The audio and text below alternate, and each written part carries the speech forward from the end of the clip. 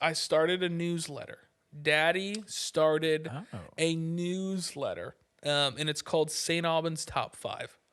Um, and I've been thinking about how like everyone, a lot of businesses, people have some sort of mailing list or something like that, but a lot of it's just like filler stuff and like junk.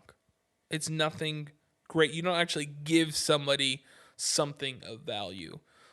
So my thought process is like, oh, you know what I could do?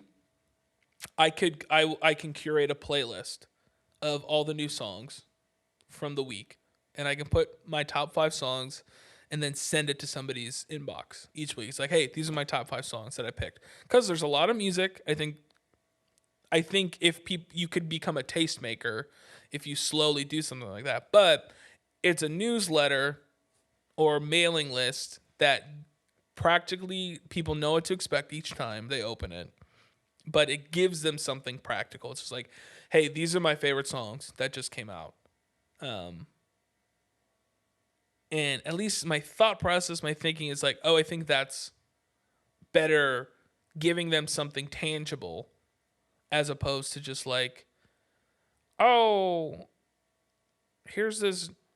It's like your newsletter is a bunch of like articles from like NPR. Ew. Like, why are you sending me a bunch of like more newsletters? You're like embedding newsletters inside of your newsletter, but like giving them something tangible that they can look forward to every week. And then at the bottom, you can like, hey, here's a couple other things. Like, here's a song, here's my latest podcast, whatever. Give me money. But from what I've understood, I think if you grow a newsletter, even to just like a few hundred or a few thousand,